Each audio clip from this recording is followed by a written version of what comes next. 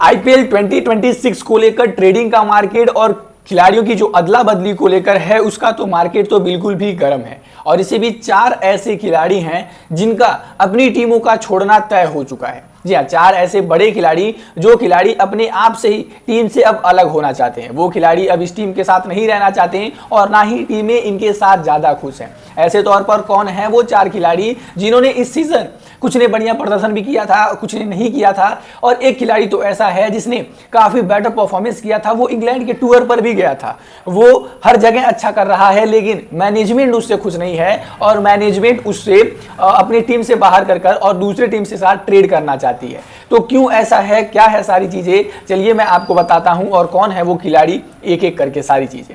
तो इस लिस्ट में जो सबसे नंबर 1 पर खिलाड़ी आते हैं वो हैं संजू सैमसन। संजू सैमसन जो अपनी टीम आरआर यानी राजस्थान रॉयल्स से पहले ही कह चुके हैं कि इस बार वो इस टीम का हिस्सा नहीं होना चाहते। या तो वो किसी टीम के साथ ट्रेड कर दें या फिर उन्हें ऑक्शन में रिलीज कर दें। लेकिन ऑक्शन में रिलीज करने से पहले उन्होंने चेन्नई सुपर किंग्स से बात करने के बारे में कहा है और वहां उनके साथ वो ट्रेडिंग करने के बारे में बोल रहे हैं। हालांकि राजस्थान रॉयल्स का मांग काफी ज्यादा बड़ा है, इस वजह से चेन्नई सुपर किंग्स ने इनके ऑफर को तो डिनाई कर दिया है, क्योंकि राजस्थान रॉयल्स ने ऋतुराज गायकवाड़, रवींद्र जडेजा या फिर शिवम दुबे की मांग की है। चेन्नई सुपर किंग ने इस ऑफर को तुरंत ही ठुकरा दिया और उन्होंने कहा कि आप अपने संजू को रख लो और हमें अपने खिलाड़ियों को रखने दो। ऐसे तौर पर अब आरआर की टीम दूसरे टीमों की खोज में है। हालांकि ये चीजें कंफर्म है कि संजू सैमसन 2026 में आपको पिंक जर्सी में नहीं दिखेंगे, यानी आरआर की जर्सी में नहीं दिखेंगे। तो ये पहले ऐसे खिलाड़ी हैं, कप्तान हैं, जो आपको नहीं दिखेंगे राजस्थान रॉयल्स के लिए। आईपीएल 2025 में कुछ मुकाबले ये खेले थे, कुछ मुकाबले इंजरी की वजह से बाहर ये रहे थे और इस वजह से तो नहीं, लेकिन कहीं ना कहीं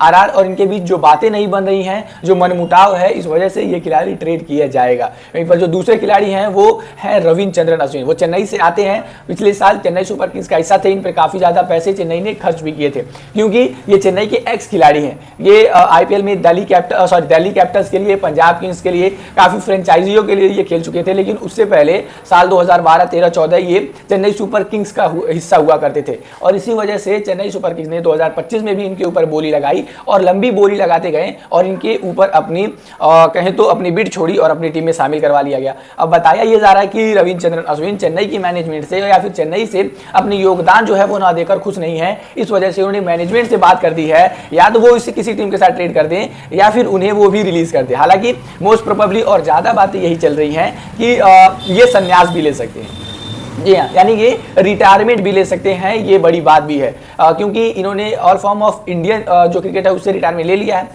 घरेलू क्रिकेट से भी ये रिटायरमेंट ले चुके हैं। ऐसे तौर पर आईपीएल ही बस है जहां ये प्रेजेंट टाइम पर खेल रहे हैं, तो यहां से भी वो रिटायरमेंट आपको लेते हुए दिखेंगे। नहीं लेंगे तो इस साल वो चेन्नई सुपर किंग्स का हिस्सा तो आपको नहीं दिखेंगे। और ये जो अगले खिलाड़ी हैं, ये इसका नाम सुनकर आप काफी चौंक जाओगे कि आखिर टीम को ऐसी क्या मजबूरी आ गई कि इस खिलाड़ी को ट्रेड करना पड़ रहा है, और वो है one and only KL Rahul, यानी क्लासिकल लाजवाब राहुल। जी हाँ, केएल राहुल को दिल्ली कैपिटल्स की टीम कोलकाता नाइट राइडर्स के साथ ट्रेड करने के बारे में चल रही है और शाहरुख खान इन्हें अपनी टीम में ला सकते हैं, लेकिन पता नहीं क्यों कि दिल्ली कैपिटल्स की टीम इनके साथ ऐसा करने वाली है। केएल राहुल ने 500 से ज्यादा रन भी बनाए, 150 का इनका स्ट्राइक रेट भी था, 50 का एवरेज भी था, तो जो बताता है कि ये खिलाड़ी के लिए 2025 का सीजन काफी बेटर गया। इंग्लैंड के टूर भी 532 रन बना दिए, यानी एक गुड टच ऑफ क्रिकेट में है, काफी बेटर ये खेल रहे हैं। विकेट कीपर हैं, फील्डर हैं, बल्लेबाज हैं, ओपनिंग कराओ, मिडिल ऑर्डर कराओ, फिनिश कराओ, सारी क्वालिटी इनमें है। लेकिन फिर भी दिल्ली कैपिटल इनको इस बार ट्रेड करने के बारे में सोच चुकी है। हालांकि ये कंफर्म नहीं है, लेकिन जो रिपोर्ट्स आ जा रही हैं आजकल, वो रिपोर्ट्स कहीं ना कहीं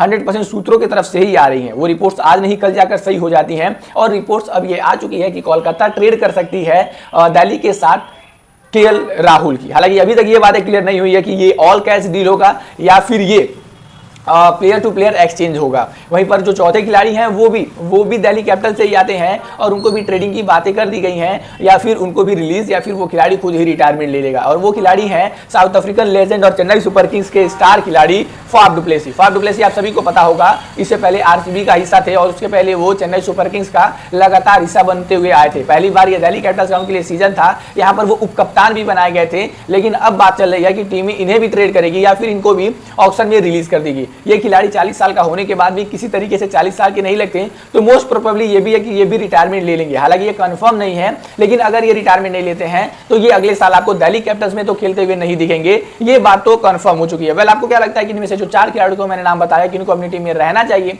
और किनको नहीं, कमेंट बॉक्स में जरूर से बताइएगा।